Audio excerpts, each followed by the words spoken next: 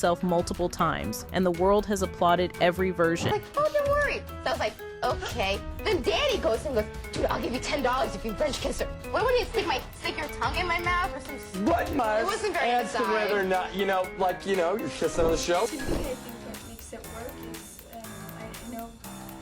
So freaking hot. No, is being able to do scenes with him and being in it with him. I mean, to So be with an freaking extraordinary actor.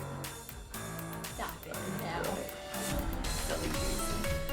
And Sean, you can do direction. Hi, I'm Ashton Kutcher, and I'm from That 70 Show TV, That 70 Show too. Yeah. But, and the reason I'm doing this is not because I think immigrants is good, it's not because Josh told me the end of was good on my lap if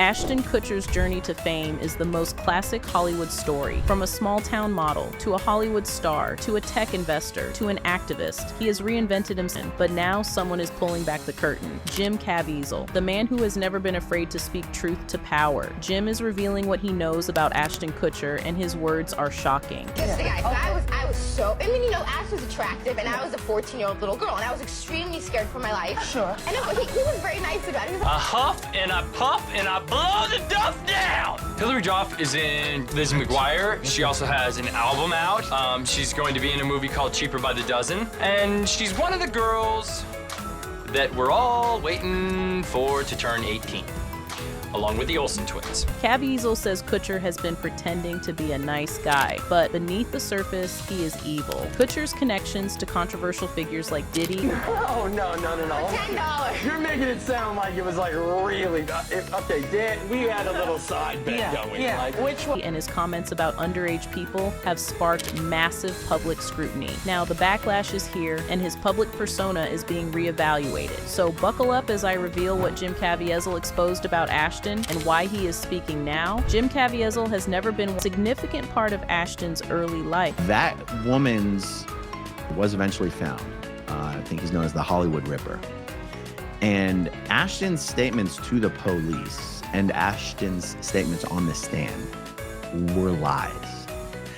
And Jane Doe 3 in the Danny Masterson trial, publicly known as Chrissy Cornell Bixler, went public with the information that she was sitting next to Danny Masterson in their car, and Ashton was on speakerphone, when he called Danny Masterson after having already spent an hour on the phone with Ashton, after Ashton had already spent an hour on the phone with his own manager, trying to decide whether he should call the police about having just found the dead body of the girl he was about to go out on a date with in her home. Ashton found the dead girl and never called the police. What kind of person does that? Disgusting. He left her there dead, laying in a pool of her blood. What a total douchebag. Ashton Kutcher deserves a prison cell. Justice for the victims. Ashton leaves a lot to be desired. He is not to be trusted. I remember this story. Ashton is cold as ice and should call the police before anyone. He allegedly sat in his car by her house, calling everyone but the police. Unbelievable. Snake he is, was shaped by his twin brother Michael's severe health issues, which include one to shy away from exposing Hollywood and its dark secrets. He's faced blacklisting, mockery, and career threats, but he kept speaking, and now he is exposing the world for his multiple reinventions, from a model to a sitcom star, a prank show host, a tech investor, and an activist, the man with 1,000 in Cedar Rapids, Iowa. Ashton grew up in a working-class family with no industry connection. Faces, but who is Ashton Kutcher really, and what does Jim Caviezel know about him?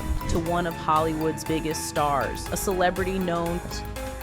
Wow. Epstein Island isn't the only island. Let's start at the beginning. Born Christopher Ashton Kutcher, a life-altering, Ashton quickly became the face of major brands from Calvin Klein to Abercrombie and Fitch. These brands involving elite networks, and Ashton sold not just clothes, but a hypersecting heart transplant. This experience, provocative and aspirational, sexy, edgy, and controversial, influenced Ashton deeply, instilling feelings of guilt and protection. His brother, who needed saving, And then went, oh, okay.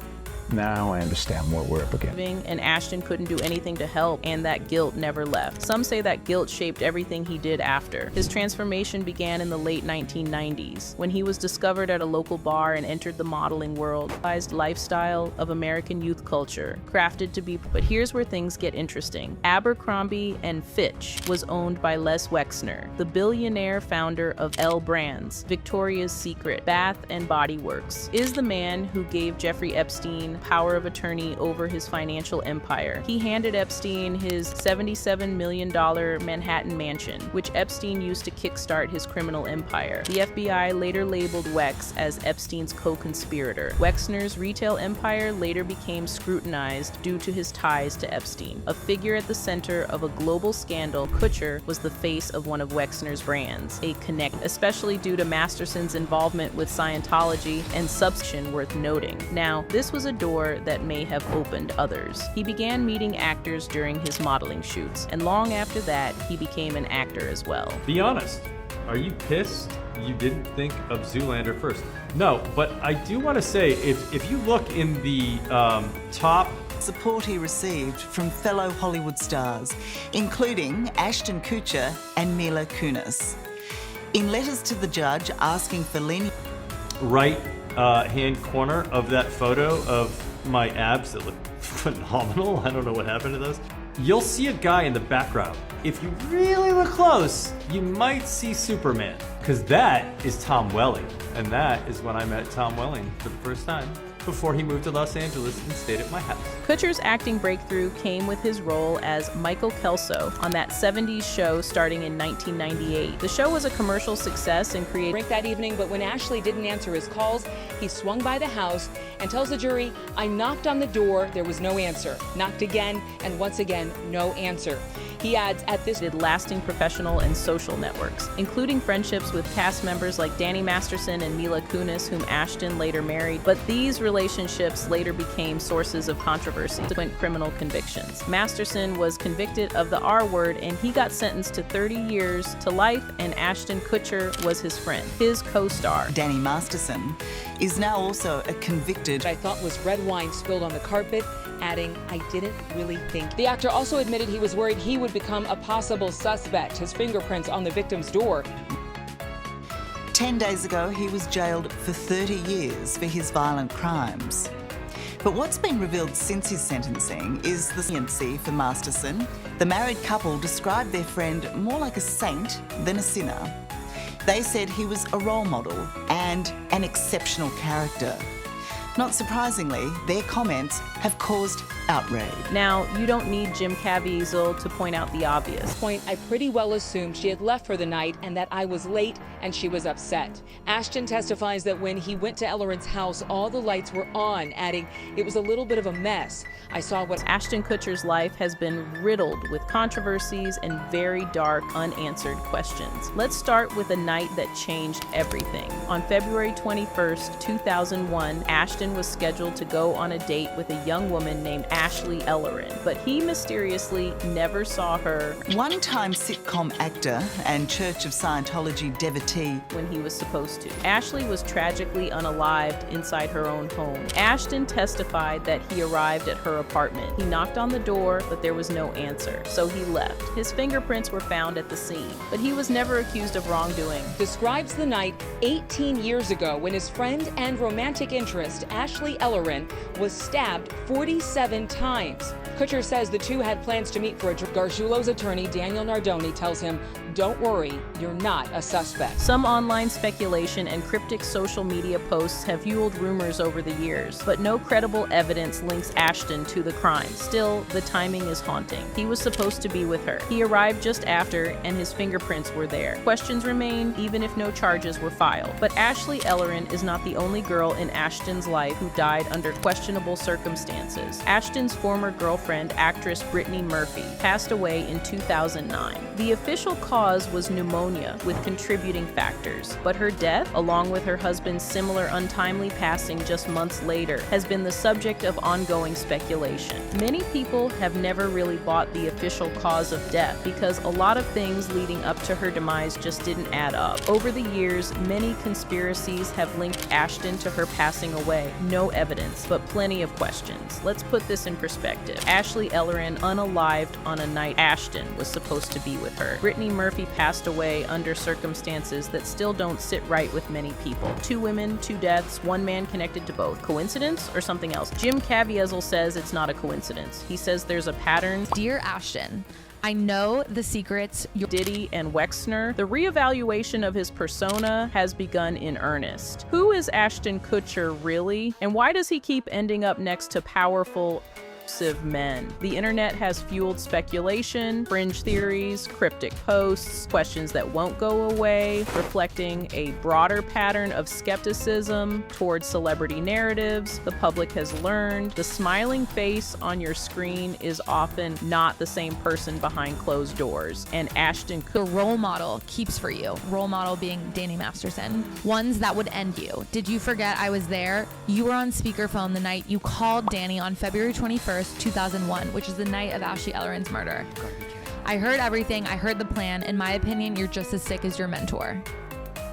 I think Ashton Kutcher may have been blackmailed by Danny Masterson because listen to this. He made a call to 2 people the night of the murder, Danny Masterson and his publicist. Now, if that wasn't enough, Jim Caviezel has revealed that Ashton Kutcher has developed an infamous reputation when it comes to his work. Let's start with the show that made him a household name. Kutcher created the prank show Punk. The show evolved from an initially controversial concept called that was the original name. The show's early pranks led to lawsuits due to emotional distress caused to unsuspecting participants. People were humiliated on camera for entertainment, likability, access, and reinvention. A smile that opened doors, connections that elevated his status, and the ability to become someone new whenever the old version stopped working. However, the accumulation of controversies, questionable associations, and public missteps has eroded public trust. The backlash over the Masterson letter was the turning point. For weeks, the world watched as Ashton and Mila begged the judge for leniency for a convicted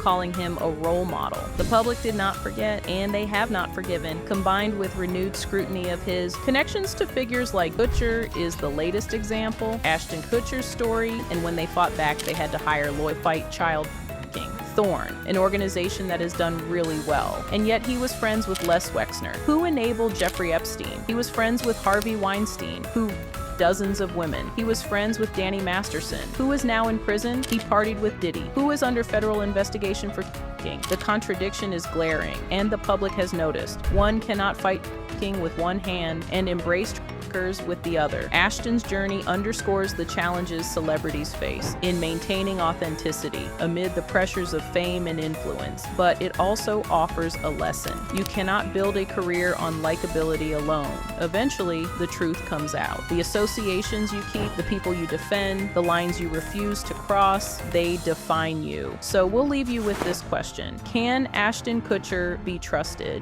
Despite this rocky start, the show became a cultural phenomenon, further cementing Ashton's celebrity status, but the foundation was always shaky, built on the suffering of others, and then there are the associations. Ashton was photographed attending a Scientology Celebrity Center Christmas party in 2003, alongside Danny Masterson. While Ashton has never publicly admitted to being a Scientologist, his proximity to the church and its members has raised questions. What did he learn there? What did he see? The Church of Scientology has been accused of intimidation, and covering up abuse, and Ashton was at their parties with their members, including Danny Masterson. Ashton wrote a letter of support for Masterson, begging the judge for leniency, calling him a role model who was convicted of the R word. The public has not forgotten, and Scientology is just the beginning. Ashton's friendships with powerful and controversial figures have come under scrutiny. Harvey Weinstein, Les Wexner, Diddy. Weinstein was also convicted of the R word and sex.